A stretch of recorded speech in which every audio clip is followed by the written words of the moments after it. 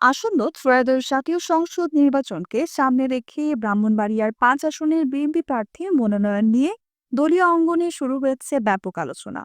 দলের দায়িত্বশীল সূত্রে জানা গেছে, এবারের মনোনয়ন প্রক্রিয়ার 3টি গুণাবলীকে বিশেষভাবে বিবেচনায় নেওয়া হয়েছে: গণতন্ত্রের পুনরুদ্ধারের আন্দোলনের সক্রিয়ভাবে ভূমিকা ও ত্যাগ, ব্যক্তিগত সততা এবং এলাকাবাসীর কাছে গ্রহণযোগ্যতা ও জনপ্রিয়তা।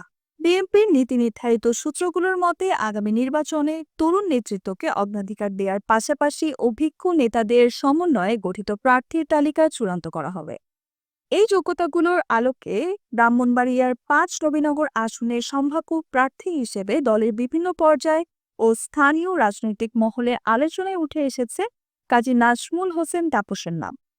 দলীয় সূত্র ও স্থানীয়দের মতে, কাজী নাজমুল হোসেন তাপস দীর্ঘদিন ধরে বিএনপির আন্দোলন সংগ্রামে সক্রিয় থেকে নেতৃত্ব দিচ্ছেন। তিনি একজন সৎ, শিক্ষিত ও তরুণ প্রজন্মের গ্রহণযোগ্য মুখ হিসেবে এলাকায় সুপরিচিত। Nusrat Jahan, এফবিএন news desk.